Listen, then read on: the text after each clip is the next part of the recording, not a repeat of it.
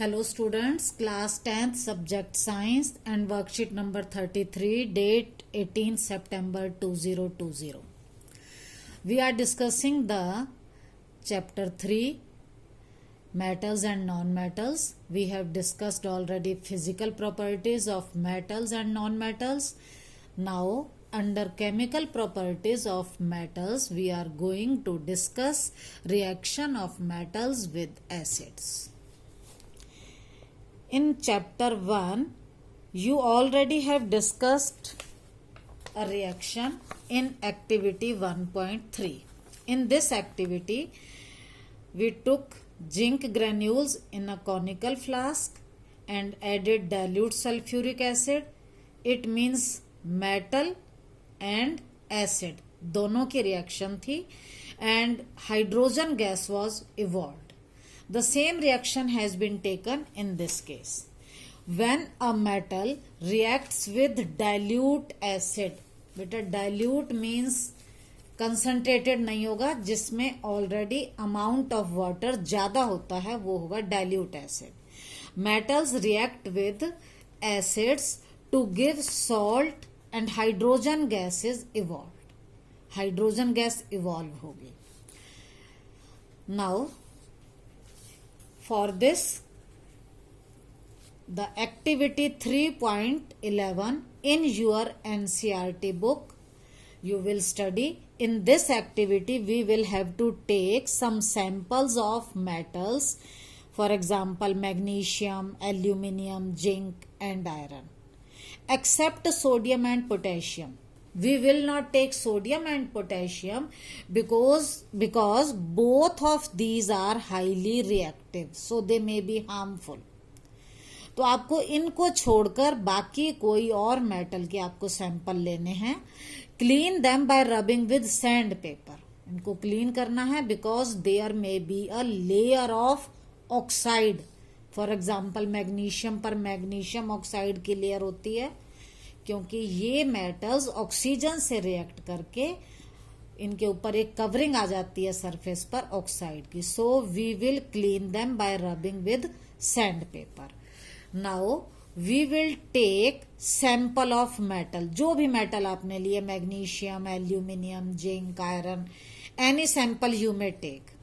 We will add dilute acid, for example hydrochloric acid, and this is a thermometer to note the temperature. Observe the rate of formation of bubbles. When we add dilute acid to metal, bubbles are formed. But will we have to observe rate of formation of bubbles, कि bubbles को बनने की speed magnesium में कितनी है, aluminium में कितनी है, जिंक में कितनी है, आयरन में कितनी है. हमें rate of formation of bubbles note करना है. बबल तो सभी में बनेंगे. Do you know what are these bubbles? These bubbles are of hydrogen gas. It means जब भी मेटल और एसिड की रिएक्शन हुई तो कौन सी गैस रिलीज हुई? हाइड्रोजन. नेक्स्ट ऑब्जर्वेशन में है record temperature. With which metal do you get highest temperature? जब भी रिएक्शन होगी मेटल और एसिड की, temperature will rise. It means it is an exothermic reaction, the reaction in which heat is evolve. तो जिसमें highest temperature होगा वो highest reactive metal होगा. अब ये एक्टिविटी करने के बाद आपको पता चल गया कि हाइड्रोजन रिलीज होती है. आपको पहले ही मालूम है. हमें कैसे पता लगेगा कि ये जो बबल हैं ये हाइड्रोजन गैस के हैं? How can we identify?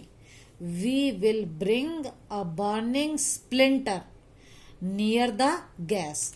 हम गैस के पास एक बर्निंग स्प्लिंटर लाएंगे. If it burns with a pop sound, अगर पॉप साउंड आए इट इज हाइड्रोजन, और इसमें हाइड्रोजन ही लिबरेट होती है. तो हमारी रिएक्शन बनेगी मेटल प्लस एसिड. कौन सा? डाइल्यूट. आप कोई भी एसिड ले सकते हो. HCl है, H2SO4 है, HNO3 जो नाइट्रिक एसिड है उसका केस कुछ डिफरेंट है जो हम बाद में डिस्कस करेंगे. तो अब यहां पर हम लेते हैं जिंक प्लस HCl। जिंक एक मेटल है और हमने उसमें डाला HCl, तो what reaction will take place. तो देखो यहां रिएक्शन होगी, आपको मालूम है हाइड्रोजन गैस लिबरेट होगी, और हाइड्रोजन तो लिबरेट हो गई, जिंक और क्लोरीन रिएक्ट करके बनाएंगे जिंक क्लोराइड।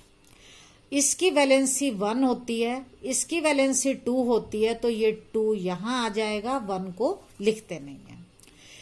हम फिर जिंक की सल्फ्यूरिक एसिड से देखते हैं, तो यहां पर भी ये हाइड्रोजन तो लिबरेट होगी, सभी में जितने भी मेटल और एसिड हैं हाइड्रोजन ही लिबरेट होगी, और बाकी बचेगा जिंक सल्फेट, तो ये बनेगा जिंक सल्फेट। दोनों की वैलेंसी 2 है, तो 2 से 2 cancel, ZnSO4। Magnesium plus dilute sulphuric acid, again hydrogen gas will be release, और यहां बनेगा magnesium sulphate, magnesium Mg sulphate SO4। दोनों की वैलेंसी 2 है, तो 2 से 2 कैंसिल। फिर magnesium plus hydrochloric acid, again hydrogen will be released, and magnesium chloride Mg, chloride के लिए Cl। मैग्नीशियम की वैलेंसी 2, इसकी वैलेंसी 1 को हम लिखते नहीं है, 2 इधर जाएगा, तो ये बनेगा MgCl2। Similarly aluminium reacts with hydrochloric acid, तो हाइड्रोजन रिलीज होगी और ये बनेगा एल्यूमिनियम क्लोराइड। एल्यूमिनियम की वैलेंसी 3, क्लोराइड की 1 को हम लिखते नहीं है, और ये 3 कहाँ जाएगा, इसके नीचे, तो ये होगा AlCl3। अगेन हाइड्रोजन रिलीज होगी और ये बनेगा aluminium sulphate, aluminium Al sulphate SO4। इसकी वैलेंसी 2 है, इसकी वैलेंसी 3 है, तो ये 2 तो यहां लगेगा और ये 3 यहां लगेगा, लेकिन ये ब्रैकेट में आएगा क्योंकि यहां पर 2 एटम है, सल्फर एंड ऑक्सीजन। तो अब कोई भी आपकी रिएक्शन आए मेटल और एसिड की, तो आप इस तरह से लिख सकते हैं। अब आगे एक और पॉइंट है, when a metal reacts with nitric acid. जब अगर कोई मेटल नाइट्रिक एसिड से रिएक्ट करेगी तो hydrogen gas is not evolved, तो हमें हाइड्रोजन नहीं मिलती। अब ऐसा क्यों है, अभी तो हमने कहा था मेटल एसिड से रिएक्ट करेंगी तो हाइड्रोजन रिलीज होगी, बट अगर नाइट्रिक एसिड लेंगे तो हाइड्रोजन इवॉल्व नहीं होगी। Why, what is the reason? It is an important question. Reason है nitric acid HNO3 is a strong oxidising agent. ये एक स्ट्रॉन्ग ऑक्सीडाइजिंग एजेंट है, मतलब ये किसी दूसरे सब्सटेंस को ऑक्सीडाइज करता है, उसमें ऑक्सीजन को ऐड करता है। तो it oxidises the hydrogen produced to water. जो भी यहां पर हाइड्रोजन प्रोड्यूस होगी उसको ऑक्सीडाइज कर देगा, उसमें ऑक्सीजन को ऐड करके क्या बना देगा, वाटर। देखो जब भी यहां पर हाइड्रोजन रिलीज होगी, ये नाइट्रिक एसिड एक ऑक्सीडाइजिंग एजेंट है, तो ये इसमें ऑक्सीजन को ऐड करके क्या बना देगा, वाटर। तो it oxidises hydrogen produced to water and itself, खुद HNO3 से क्या बन जाएगा, reduced to any nitrogen oxide, NO2, NO या N2, कुछ भी बन सकता है। मेन बात ये थी कि ये ऑक्सीडाइजिंग एजेंट है, तो इसलिए ये जो भी हाइड्रोजन प्रोड्यूस होगी उसको क्या कर देगा, वाटर में ऑक्सीडाइज कर देगा। और जब कोई किसी चीज को ऑक्सीडाइज करता है तो वो खुद रिड्यूस हो जाता है, इट सेल्फ गेट रिड्यूस्ड। किसमें, किसी भी नाइट्रोजन के ऑक्साइड में NO2 भी बना सकता है, NO भी बना सकता है और N2O भी। ये क्वेश्चन बहुत पूछा जाता है कि वो नाइट्रिक एसिड के साथ जब रिएक्शन होती है तो हाइड्रोजन इवॉल्व क्यों नहीं होती। बट बेटा इसमें भी कुछ एक्सेप्शन है, एक्सेप्शन जो इस रूल को फॉलो नहीं करती। वो एक्सेप्शन है मैंगनीज एंड मैग्नीशियम। ये दोनों मेटल ऐसी हैं जो नाइट्रिक एसिड से रिएक्ट करती हैं और हाइड्रोजन प्रोड्यूस करती हैं। तो ये आपको याद रखना है, there are only two metals magnesium and manganese that react with nitric acid and evolve hydrogen gas. Reaction क्या होगी? अगेन सेम, ये एसिड है, ये मेटल है, हाइड्रोजन लिबरेट होगी और यहां पर मैग्नीज नाइट्रेट का सॉल्ट बनेगा। In this case magnesium nitrate बनेगा। तो रिएक्शन का मेथड वही सेम है जो आपने यहां फॉलो किया था। ओके, तो ये रिएक्शन भी आपको क्लियर हो गई होंगी। इसमें भी सेम प्रोसेस है, हाइड्रोजन रिलीज हुई है और ये सोडियम क्लोराइड बना है। यहां पर जिंक क्लोराइड बना है और हाइड्रोजन रिलीज हुई है। अब आप इस फोटो को देखो, इस फोटो में ये है कॉपर, ये है जिंक, ये है मैग्नीशियम। इन सब की रिएक्शन है HCl से कर रहे हैं, लेकिन नो रिएक्शन विद कॉपर। यहां पर कॉपर जो है does not react with dilute HCl। Copper react नहीं करता HCl से। इसका रीजन मैं आपको रिएक्टिविटी सीरीज में दूंगी, वहां क्लियर होगा। अभी इस टॉपिक को रुक जाते हैं, आगे देखो। अब ये जो रिएक्शन थी जितनी भी आपने पढ़ी, ये वाली, all these are displacement reaction. Displacement का मतलब क्या है? यहां पर जिंक ने क्या किया? हाइड्रोजन को डिस्प्लेस किया, भगाया, हटाया, जिंक ने यहां से हाइड्रोजन को डिस्प्लेस कर दिया, तो ये अलग से निकल गई। यहां पर H2 आ गया और खुद हाइड्रोजन की जगह आ गई। यहां पर मैग्नीशियम ने हाइड्रोजन को डिस्प्लेस किया और खुद सल्फेट के साथ मैग्नीशियम सल्फेट बना दिया।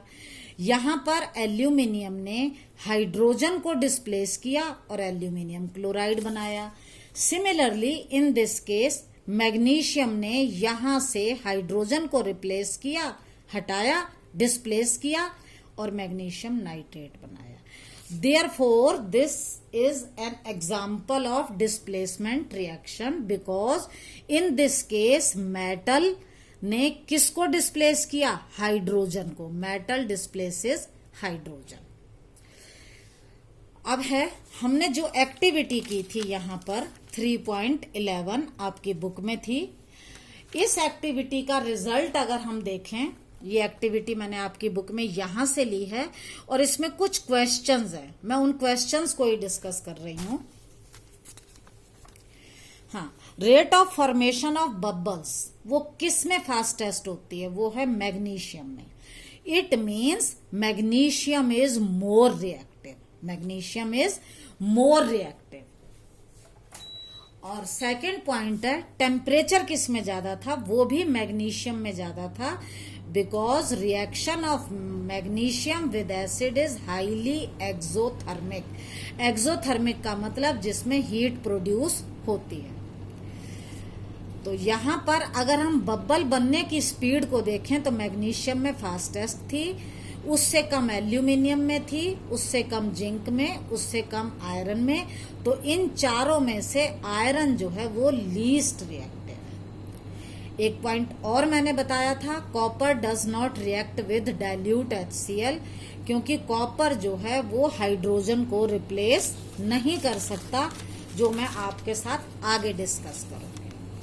अब इस टॉपिक में से आपका फर्स्ट क्वेश्चन था, which gas is produced when dilute hydrochloric acid is added to a reactive metal? जब किसी मेटल में डाइल्यूट हाइड्रोक्लोरिक एसिड डालते हैं तो क्या होता है? आपको अभी पता है, जब कोई मेटल एसिड से रिएक्ट करती है तो क्या रिलीज होती है? हाइड्रोजन। तो इसका आंसर आएगा, when dilute hydrochloric acid is added to a reactive metal, hydrogen gas is produced.